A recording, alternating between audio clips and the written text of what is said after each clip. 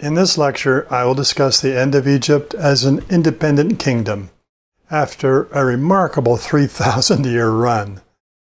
In my last lecture, we saw how Egypt suffered through periods of decline and foreign rule during the so-called Late Kingdom era, being ruled first by the Libyans, then the Nubians, then the Assyrians, and finally the Persians, while barely dodging the bullet of the Babylonians.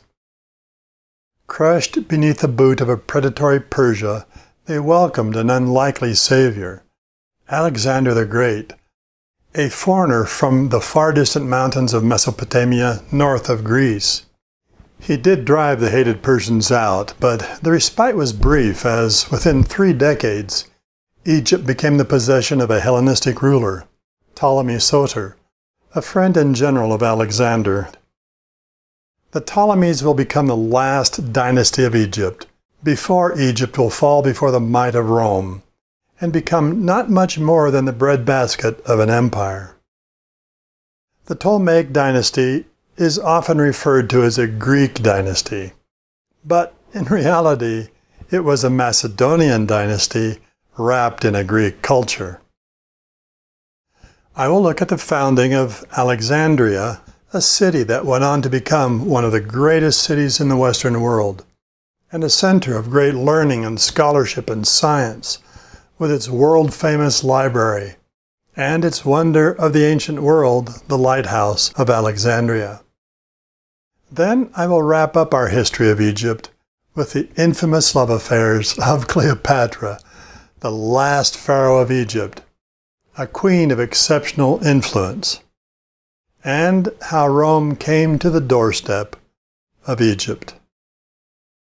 Well, here we are. Finally, we have arrived at the end of the Egyptian experience. So we've covered the Late Kingdom, a 700-year period of time, and we are now going to take a look at the Ptolemaic era, which will last for another 300 years, when we get to around 30 BC, when Rome will basically make Egypt a part of its growing empire, just another province. Now, this is going to be the era of Alexander the Great, one of the foremost personalities of this period of time. So Alexander is a Macedonian from north of Greece. Now, if you do not know what Macedonia was an area ruled from Pella that was a relatively backward, even barbaric, uncultured part of the Greek world. It was always considered by the Greeks to be more or less an area of kind of country bumpkins. They spoke a Greek, or at least a form of it. They worshipped the same gods and so on, but the Greeks always looked down their noses at the Macedonians. Then along came Philip II, who decided to expand his kingdom into something more all-encompassing. So he was able to militarily expand it from a relatively small territory around Pella until it encompassed North Greece and all across the northern area here over to the Hellespont. Now, Philip II, unfortunately, suffers an early death, assassination at the hands, it was rumored, at the hands of agents of his disenchanted wife, who wanted her son to succeed Philip II, but was afraid that because of his Greek preferences and his Greek wives, because he was a polygamist, as were many kings in those days, her name was Olympia, and she was afraid that he might select a son of one of his Greek wives to succeed him, so she has him assassinated before he can do that. Her son is Alexander, who at the time was 19 years old. So he takes over the kingdom and will pursue his father's plans of conquest. Now, Alexander is a lover of all things Greek. He is a Greek-educated Macedonian, Aristotle himself being his tutor. And so one of the things that Alexander wants to do, in addition to simply adding to his father's conquests, is to unite mankind under a common banner. and that common banner was the banner of Hellenism or Greek culture. So wherever Alexander went with his armies, he wanted to spread the gospel of Hellenism as well. So that is what he will do. First of all, he consolidates his power over Greece. Then he takes his armies, crosses the Hellespont, and marches into Persia. Persia was the world's superpower at that time. And if you'll remember, back in the 5th century, Persia had actually invaded Greece in order to punish Athens, basically, or the Greeks, for having interfered in Persian affairs in Greek colonies along the western coast of Turkey here, or of Persia. That invasion had, of course, ultimately been driven back into Persia, but now Alexander is going to return the favor by marching his armies into Persia and conquering the Persian Empire, of all things. So here we can see the territory of Alexander, and we can see the territory of Persia. Persia was a huge empire of some 50 million inhabitants, encompassing many territories and many kingdoms and many languages, and basically the world's superpower at that time, at least in the West. So Alexander takes his army and marches into Persia. So let's follow his conquests here to see what he does. So he invades Western Persia in 334 BC. So this is his path of conquest through what is today Turkey. Okay, now he encounters the Persian army on multiple occasions and defeats them at every battle. In fact, throughout Alexander's illustrious military career, he never lost a single battle, being a brilliant battlefield commander. So once he has driven the Persian army out of this western portion of the empire, he then turns his sights to the south. And so he proceeds down the Levant and into Egypt, driving the Persians out of this portion of the empire as well. Now, when he gets to Egypt, he does pause for some 6 months in order to consolidate his power there, as well as to pursue some other projects. So let's pause here for just a moment and take a look at Alexander in Egypt. So he drove the Persians out, and by doing so was hailed by the Egyptians as their liberator and savior, because they hated the Persian occupation of their country and the pillaging of it, basically, of its wealth and its grain. So Alexander drives the Persians out, and the Egyptians hail him as liberator and savior. Now, what he will do ultimately is to travel to Siwa Oasis near Libya. So here we see in our Google Earth map where the Siwa Oasis here, out in the middle of the desert. So remember, Memphis is up here at the base of the delta. He travels out into the desert with a contingent of men. He visits the oracle at Siwa. The oracle was a famous oracle that people would visit in order to have their futures foretold. So Alexander travels to the oracle and finds out that he is the son of Zeus, not of Philip II, but of Zeus. So the Egyptian priest at the oracle proclaims that he's a son of a god. Well, as son of a god, he's eligible to become pharaoh of Egypt. And so he does so. He is duly crowned as pharaoh of Egypt in Memphis. You can see here his official pharaonic portrait. So he will spend 6 months in Egypt, consolidating his power there, but most importantly, he will found the city of Alexandria, a city that he names after himself, of course, which is a seaport on the coast. Now, this is an important development because Egypt did not really have a decent seaport, even after all these years. And so Alexander has his engineers develop a seaport here that will grow to become one of the greatest cities of the ancient world. Now we will return to Alexandria a little bit later, but meanwhile, let's continue with Alexander on his path of conquest. So he will leave Egypt, never to return, at least alive. Okay, so let's go back to our map here. He resumes his path of conquest by moving back up into the Persian Empire and through the Mesopotamian River Valley. And so basically he is now adding Mesopotamia and much of Iran to his conquests. Persia, meanwhile, as a political entity, as an empire, basically collapses. Some of you may recognize this mosaic of the Battle of Issus, in which we see Alexander and his Macedonian forces over here chasing the Persian Emperor Darius III off the battlefield in humiliation. It's shortly after this that Darius III is killed by one of his own relatives. Well, then Alexander will continue onward throughout what today is Afghanistan, and then all the way over to the Indus River, which runs right through there. Now this was the eastern border of the Persian Empire, but it doesn't stop Alexander.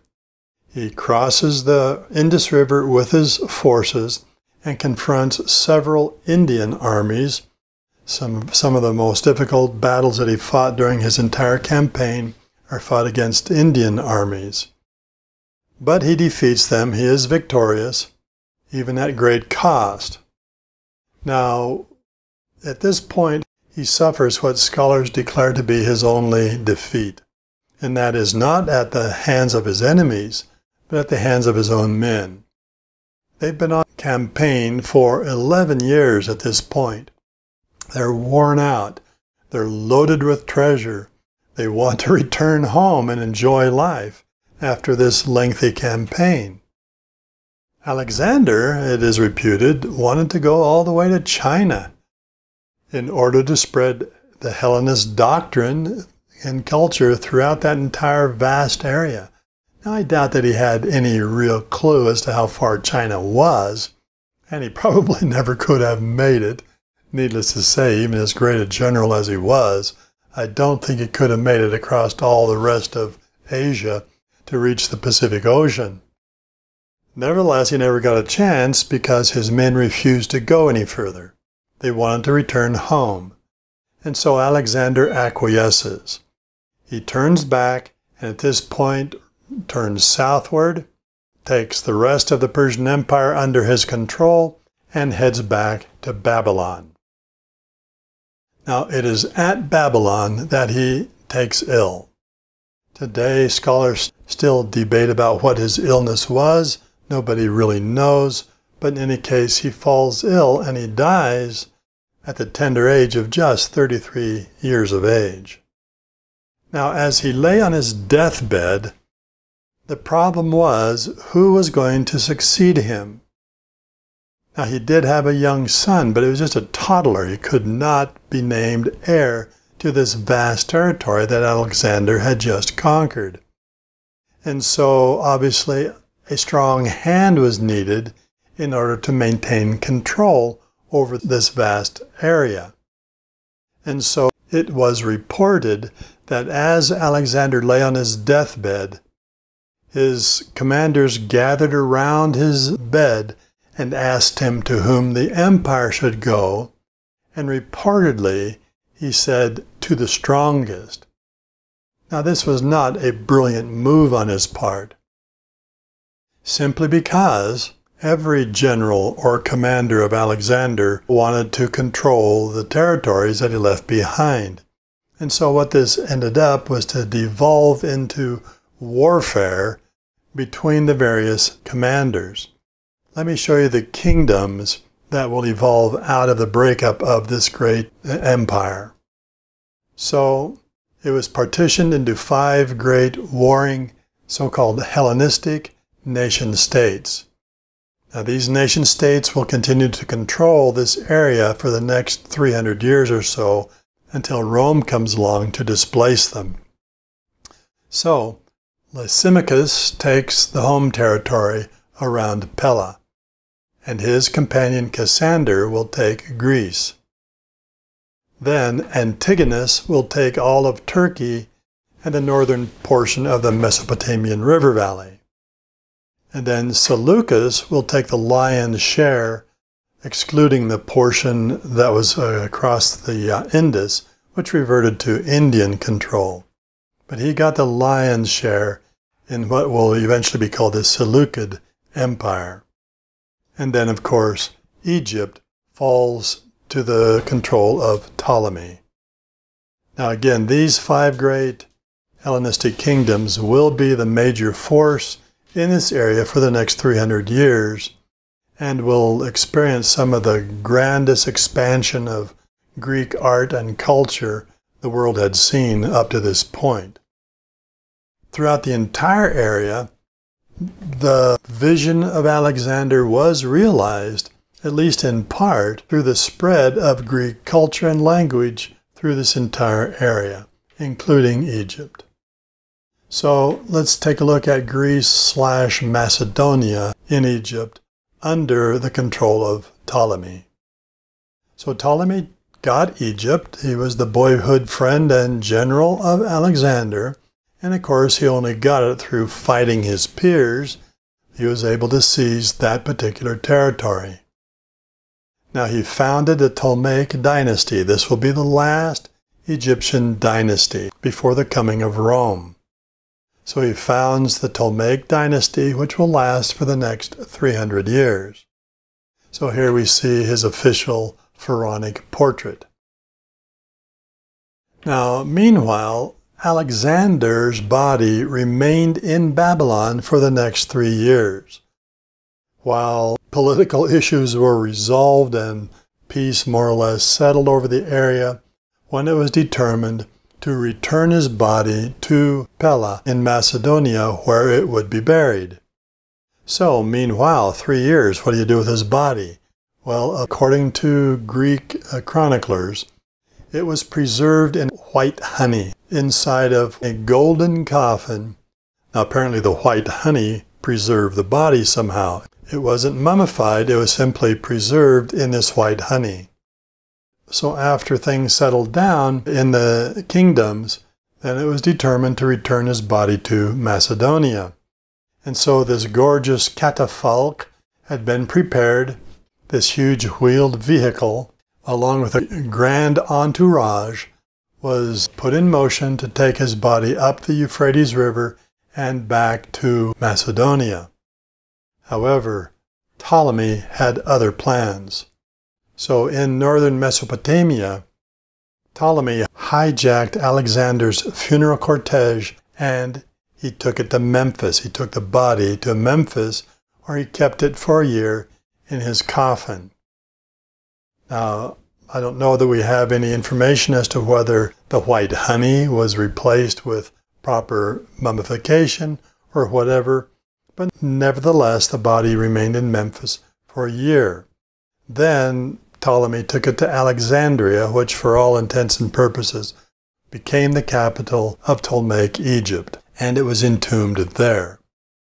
Now, the tomb of Alexander the Great is a subject of continuing research today.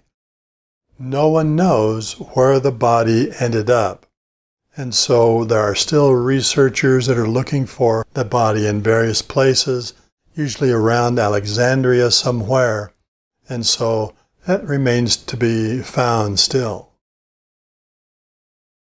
In any case, let's take a look at Alexandria briefly at least. So here is the full image of the reconstruction of Alexandria, featuring the seaport and the great Pharos Lighthouse that was built in the harbor to guide ships into the harbor of Alexandria. So Ptolemy had the Pharos Lighthouse constructed. This became one of the 7 wonders of the world.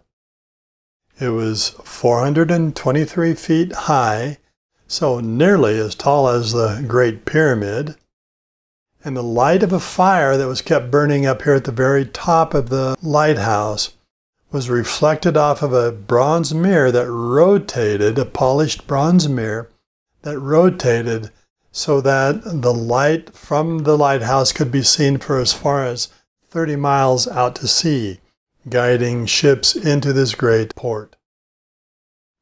Now the Pharos Lighthouse stood, interestingly enough, until the 14th century, 1303, when finally it collapsed in an earthquake. So all that remains of it today is what we see here with Pharos Island right out here. Here's the causeway that connected the island to the mainland. And then here we see what's called Kate Bay Fortress. What the Muslims turned into the fortress was all that remained of the lighthouse, which was its base, its foundation. So at least we know how big it was, the foundation at least. Another significant thing that Ptolemy will do is to found the Library of Alexandria. So let's talk about that just for a moment. The Library of Alexandria was famous throughout the ancient world for its store of knowledge that was collected here and preserved here. It contained some 500,000 scrolls, it's estimated.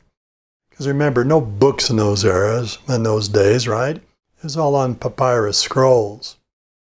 The index itself took 120 volumes just to contain the index. So it gives us some idea of the vast store of knowledge that was kept here in the Library of Alexandria. One of the policies of the library was that whenever a ship came into the port from a foreign land, officials would go out to the ship and search it for any kind of scrolls or information that they might have on board. If there anything of value was found, then they would take it back to the library and the information would be copied off onto another scroll. That copy would be returned to the ship and the original would be kept in the library. In this manner, they hoped to collect all the knowledge of the ancient world. Now, this is a resource that we would love to have today, because who knows how much information was contained there on those scrolls, especially with this concerted attempt to try to bring in as much information as possible. Directors of the library would actually send agents out into the countries around about in order to collect as much information as they could, as much knowledge as they could, in order to keep it stored here at the Library of Alexandria. Now, this became the world's first think tank because it wasn't just a library, it was like an academy that would support all the most intelligent and brightest scholars and scientists and researchers of the day. In fact, they were state-supported. Ptolemy set up a fund to support these scholars so that they wouldn't have to work. All they'd have to do during their lives was think and come up with brilliant ideas. So, an example of this is the Greek scientist Eratosthenes, who lived and worked here at the library. He was a mathematician that was able to calculate the circumference of the Earth to within 1% of its actual size. So, something that many people today don't understand or don't realize is that the Egyptians, the Greeks, the Romans, they all knew the world was round. This idea of the flat earth doesn't occur until the 20th century among the flat earthers, right? No, it didn't occur really until the Middle Ages, but that's a subject of another class. But anyway, Eratosthenes, he was one of those scholars. And then another Greek scholar or scientist by the name of Hiero developed the world's very first steam engine. And then I find this interesting in that it is among these scholars that the first proposal was made that the brain was the source of intelligence rather than the heart. Remember how we talked about the Egyptians in their figure sculptures always had that left leg move forward because that indicated the activity of the heart, the the fact that this was a living being and creature. And not only was life centered in the heart, but they believed that the intelligence was centered there as well. It's one of the reasons they put the heart back into the body after mummification. And I think I mentioned this at the time, and we think that kind of strange today. But when you think about it, it makes perfect sense. Because if you don't know how the body really functions, and how all the parts are interconnected and that sort of thing, why would you think the brain does anything, right? It's one of the reasons that the Egyptians threw it away during the mummification process, is because they didn't know what it did.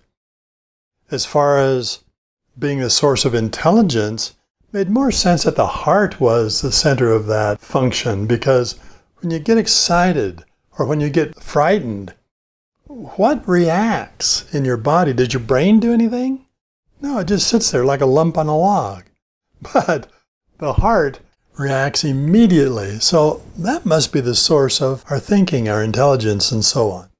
Okay? Anyway, so it is at the Library of Alexandria that the first proposal was made that it was the brain that was a source of intelligence rather than the heart. Well, another interesting feature of the library is that, remember how we're trying to gather together all of the knowledge of the world in this one location. And so they've got to use a lot of papyrus to be able to do that. Now, in addition to that, they wanted their own library to be the only source and best, or at least the best source of this information. And so one of the things that they did was to impose a monopoly on the production of papyrus, so that Egypt could not export papyrus to other countries, because if they did that, then those other countries might develop libraries of their own. So the library, or Egypt, under the Ptolemies, imposed a monopoly upon the export of papyrus materials. Well, interestingly enough, there was another library that was being developed in another Hellenistic kingdom up north in the area of Antigonus's territory. And this was a city of Pergamon, which was a wealthy city and that had its own aspirations to develop a library. And so Pergamon couldn't get papyrus anymore, right? And so it spurred them to develop the first books on vellum, okay, a codices, a codex, a book whose pages are created from sheets of vellum instead of papyrus. Now, one of the drawbacks of papyrus is it's very fragile and it can easily deteriorate. But vellum is leather, so vellum and parchment. So Pergamon developed these new materials for their libraries, which ultimately leads to the development of the books of the Middle Ages, right? The illuminated manuscripts that are all written on vellum or parchment.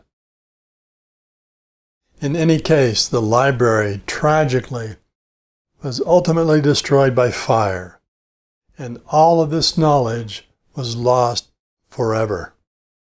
So what a great tragedy of the ancient world that leaves us stranded here in the modern world without a lot of knowledge that might have been contained in those scrolls. So the library was destroyed by fire. It caught fire twice. The first time accidentally by the forces of Julius Caesar, and I'll talk more about that in just a bit. But the last time, finally, all the scrolls were burned, was possibly by a Muslim caliph in the 7th century AD by the name of Omar. And the Muslims were in control of Egypt by that time, of course. And so, supposedly, this was a statement by the Caliph Omar, which some scholars today dispute, but nevertheless, this was the rumor. It is said that he said, quote, "If those books are in agreement with the Quran, we have no need of them. But if they are opposed to the Quran, then destroy them." So that may or may not be true, but in any case, the library was irretrievably lost in 7th, 8th century AD.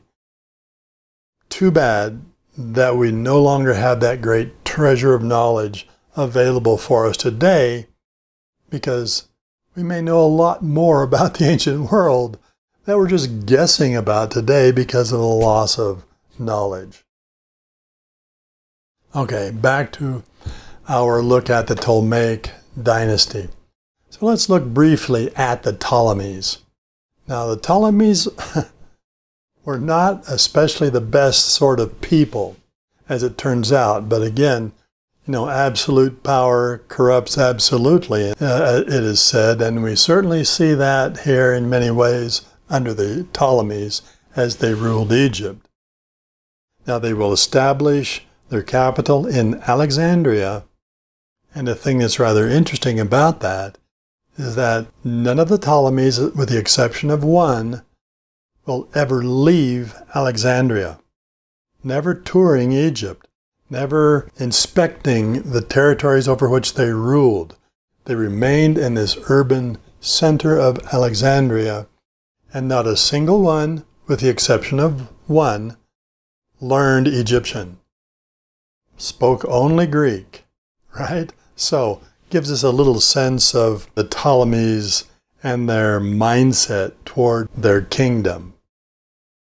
In any case, here we see a gold plaque with a Greek-style portrait of a Ptolemy. I don't know which pharaoh that is, but all of the male pharaohs of the dynasty were named Ptolemy. 1, 2, 3, 4, 5, 6, all the way up to 13.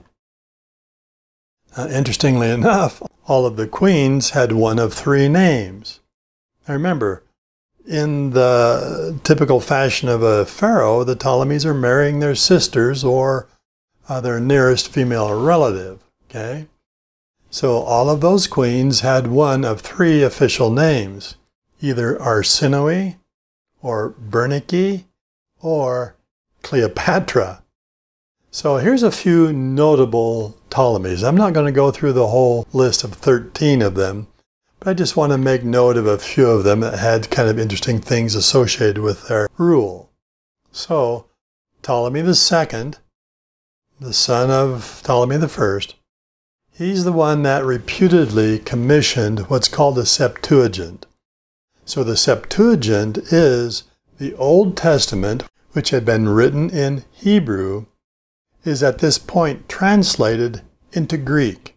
Interestingly enough, now, that doesn't mean anything about the conversion of these Greek Ptolemies to Jewish religion or whatever, but nevertheless, the Old Testament was translated into Greek from Hebrew at this period of time under the rule of Ptolemy II.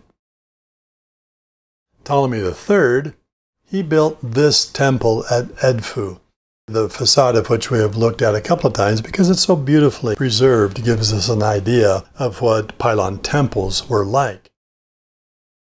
Ptolemy V, he's the one that was responsible for the creation of the Rosetta Stone stele.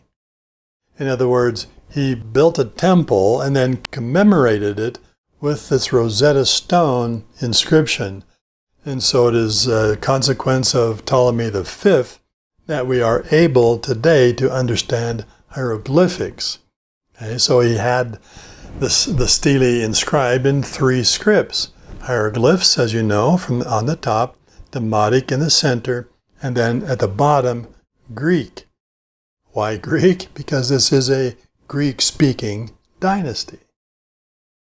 Next one, Ptolemy VIII.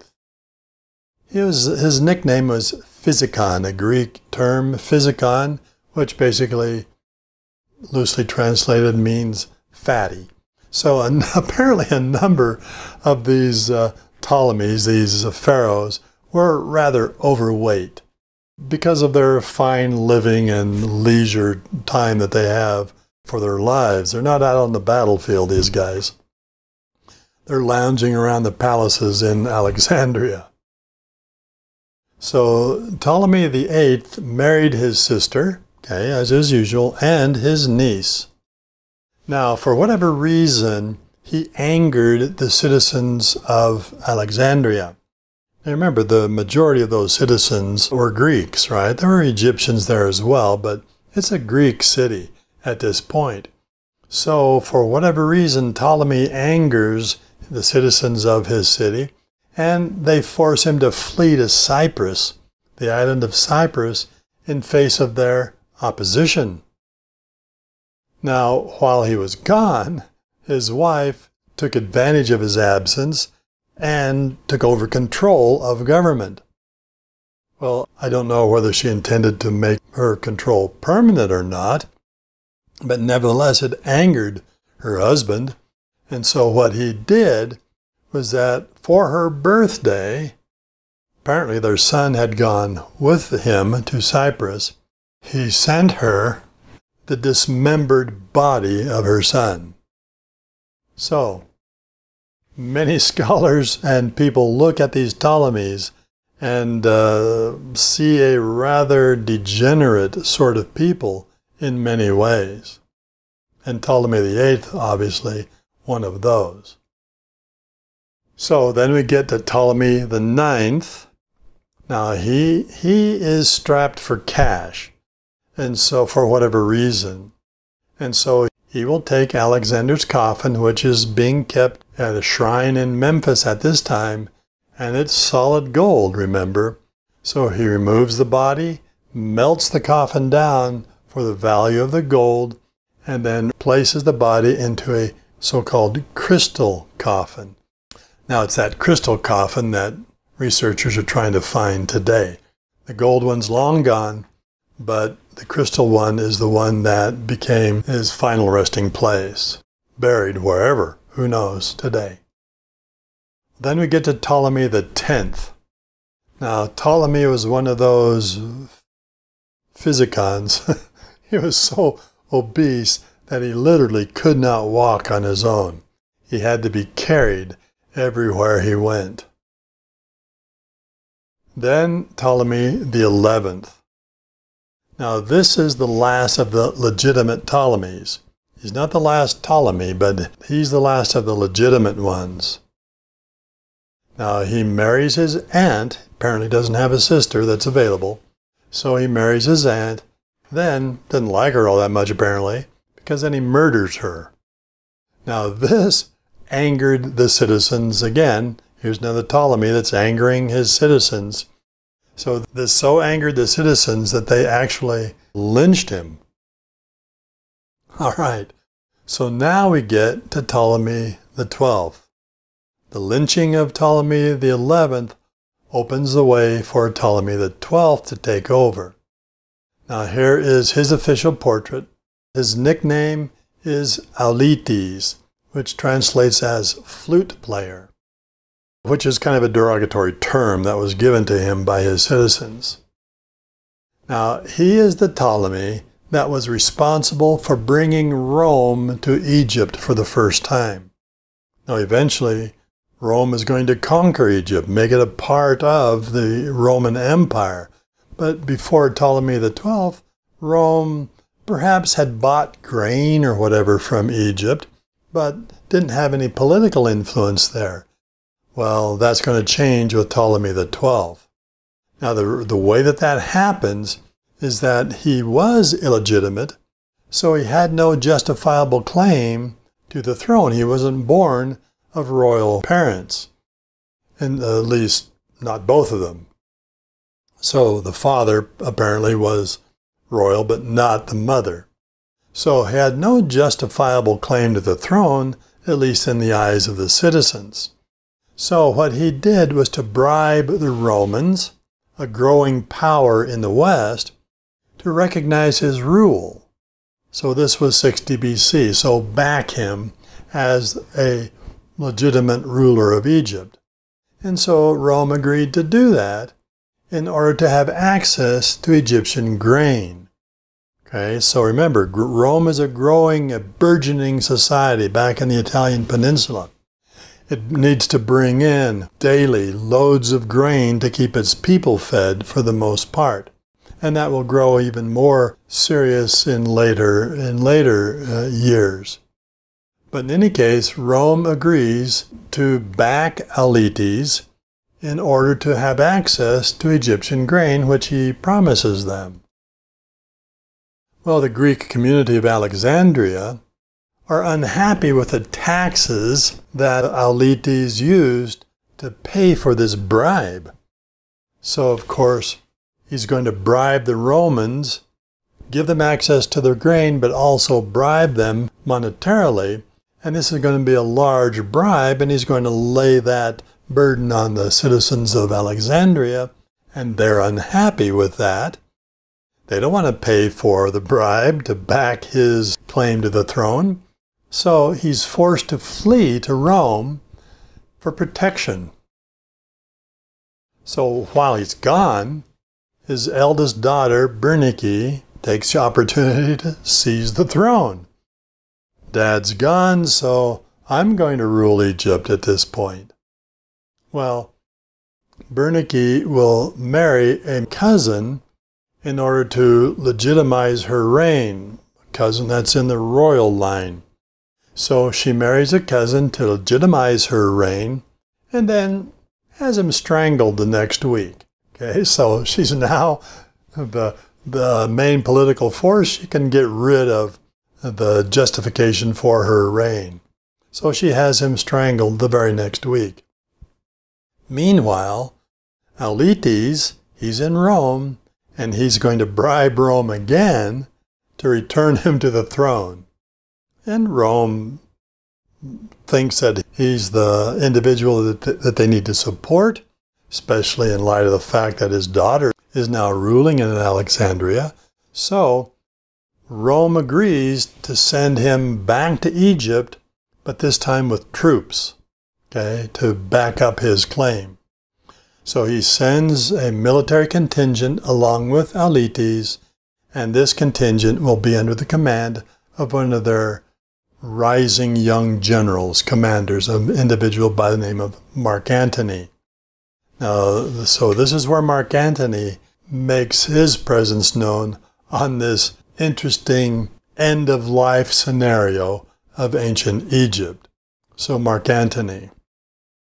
Well, Auletes, backed by the military might of Marc Antony, executes his daughter so that he can take over control once again. So he's an old man by this time, and he doesn't live much longer.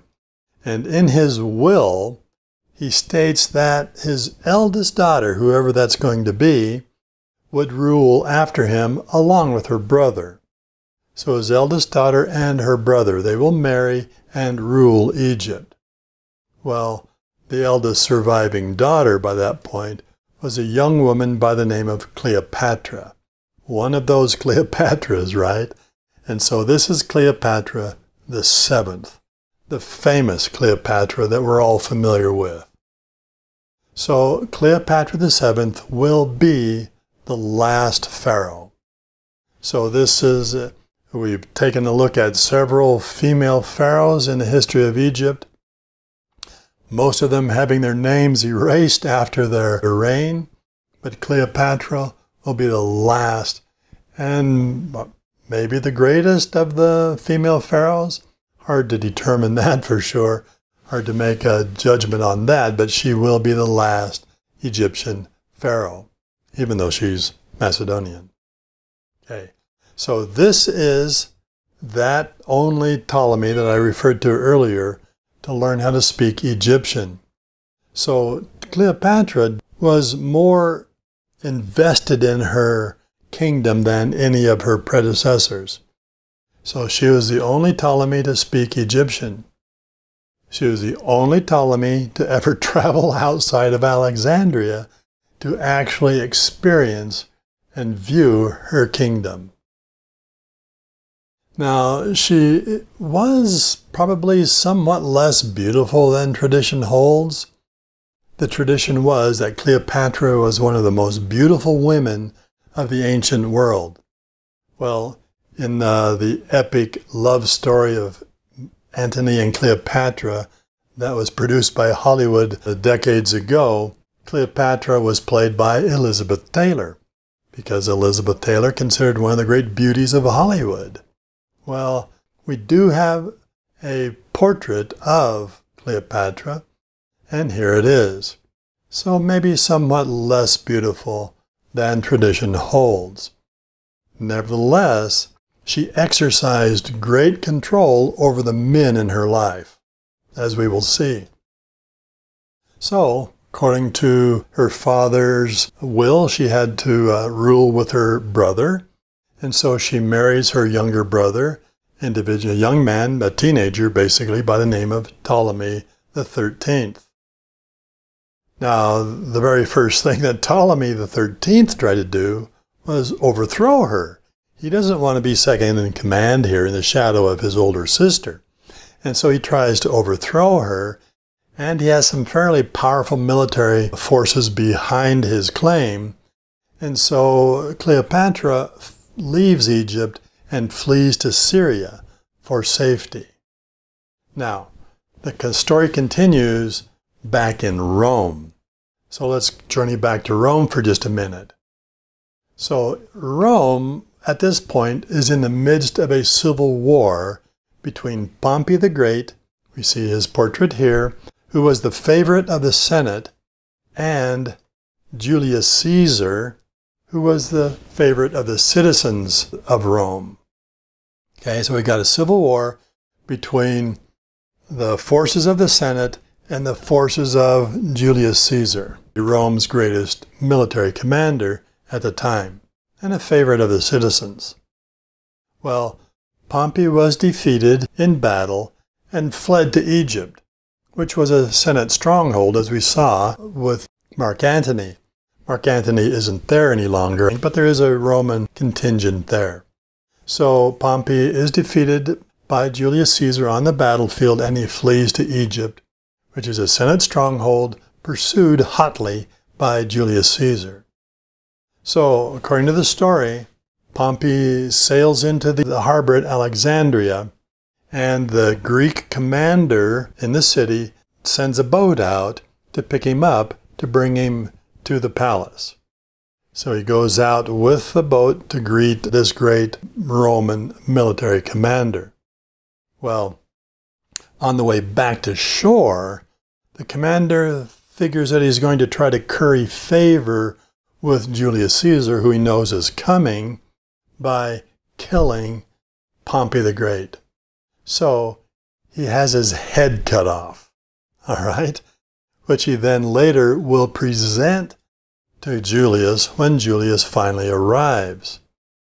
Now, far from approving of it, Julius is furious by the fact that a Greek, a mere Greek, had the temerity to execute one of the greatest military men of the Republic, Pompey the Great. And so he executes the commander and will take control of Alexandria. Now remember, Ptolemy the 13th is still there, but he has retreated from Alexandria in the face of this Roman force under Julius Caesar that has arrived, because he knows that Julius Caesar is no friend of the Ptolemies at this point. So Julius Caesar takes control of the city.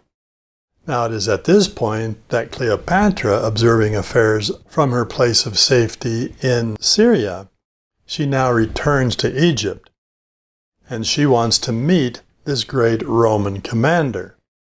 But she's not certain what she needs to do in order to approach the commander, because she's not certain of his allegiances, particularly in regards to the Ptolemies.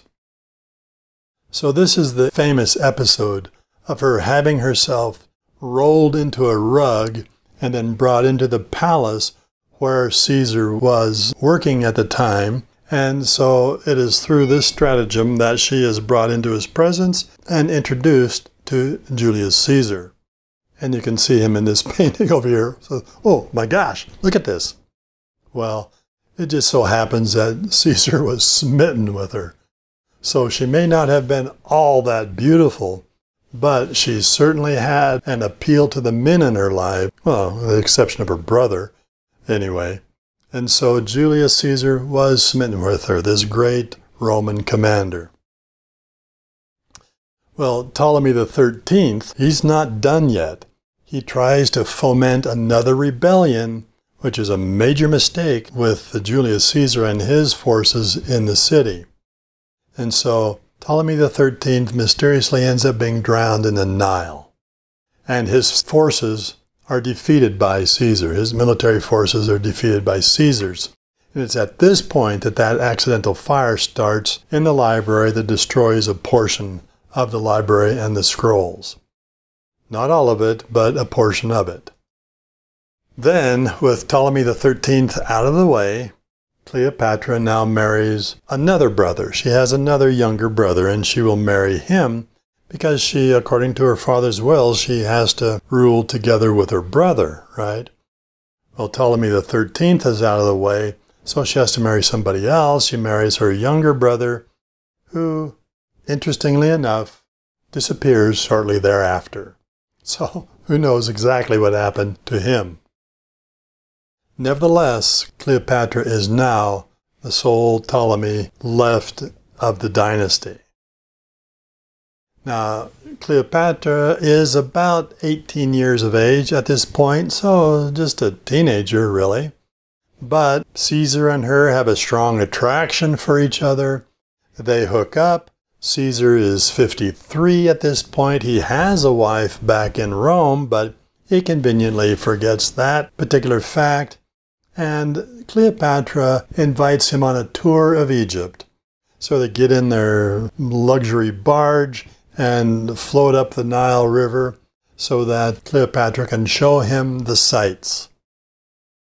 Well, she gets pregnant on this journey and eventually has a son which will be named Caesarion, which means Little Caesar.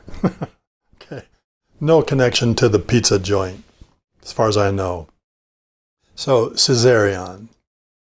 Well, following this, there are problems back in Rome that are developing that Caesar needs to attend to.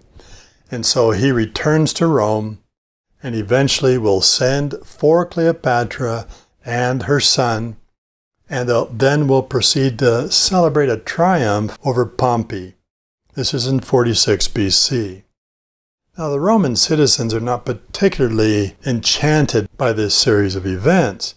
First of all, they don't particularly like Caesar celebrating a triumph over Pompey, who was legitimately a great Roman that most Romans admired. And so the fact that he celebrates a triumph over him felt maybe a little like Caesar rubbing it in a little bit too much. But certainly they did not appreciate the fact that he brought his Egyptian whore, as they called her, back to Rome with him in order to slap them in the face with this woman that he had taken up with, especially since he had a proper Roman wife already. And the fact that she's got her son with him just exacerbates the issue. In any case, he makes it even worse by erecting a statue of Cleopatra as Isis, the Egyptian goddess, in a Roman temple. What's he thinking? Hard to know exactly. Well, again, like I say, Cleopatra exercised significant influence over the men in her life. In any case, the senators had now had enough of him and assassinated him in 44 BC. So here we see this 19th century painting of the senators leaving the body of Julius Caesar on the floor of the Senate. Well, Cleopatra can't stay in Rome at this time, so she flees back to Egypt with her son, Caesarion. All right, so just to complete the whole picture here, Caesar's nephew, Octavian, was made his heir. So here's an idealized portrait of Octavian, who's just a teenager at this time, maybe 19, maybe 20 years old. He's made the heir of Caesar, and so he takes over Caesar's military forces. So now war erupts between Octavian and the Senate. Okay, there's still those tensions there. Octavian needs to avenge his uncle's death, and the Senate, of course, is the culprit here in this scenario. So Marc Antony, remember Marc Antony, he is the Senate's favorite commander. And so the Senate will assign Marc Antony to return to Egypt in order to secure Egypt's wealth for the benefit of the Senate. So Marc Antony is sent back to Egypt. Now, had he seen Cleopatra before? Don't know. But here, of course, he meets her when she is in power in Egypt. So he meets Cleopatra, and sparks fly between the two of them, and we have the beginnings of this great and infamous love affair between Antony and Cleopatra. This will be about 41 BC when this begins. Well, remember, Cleopatra had been aligned with Caesar, right? Caesar was opposed to the Senate forces, so she was on the opposite side of the diplomatic fence here when Marc Antony arrives. But she apparently switches allegiances. She is so smitten with Antony, she switches allegiances and she will marry Antony. And together they will produce 3 children in addition to Caesarion. Now, only one of these will reach adulthood. Okay? And that is a girl who will become a queen of a North African kingdom later on. Anyway, the Civil War is not resolved yet. And so at what's called the Battle of Actium, which is a place in the Eastern Mediterranean, 31 BC, Octavian brings a Roman fleet to confront Antony and Cleopatra in the waters of Egypt. And so Antony and Cleopatra have a massive fleet. And quite frankly, Octavian is not considered to have the advantage here, but nevertheless, his naval commander manages to outmaneuver Antony and Cleopatra's fleet, and it is destroyed decisively. So Antony and Cleopatra will flee for safety back to Alexandria, with Octavian hot on their heels. He wants to take them prisoner back to Rome in order to display them there as traitors to the Republic.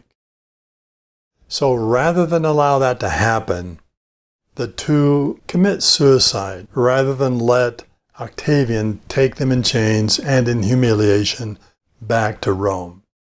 Thus ends the dynasty of the Ptolemies and the last of the pharaohs. From this point onward, no more pharaohs ruling over Egypt. And eventually, Egypt simply falls into the lap of expanding Roman Republic and eventually the Roman Empire, and will just become another grain-producing province of the empire. So with that, I complete my lectures on Egypt, and hopefully you will have enjoyed learning about ancient Egypt, this incredible culture from the ancient world. And so with that, I wish you good luck in your other art history classes and your art careers. Thank you.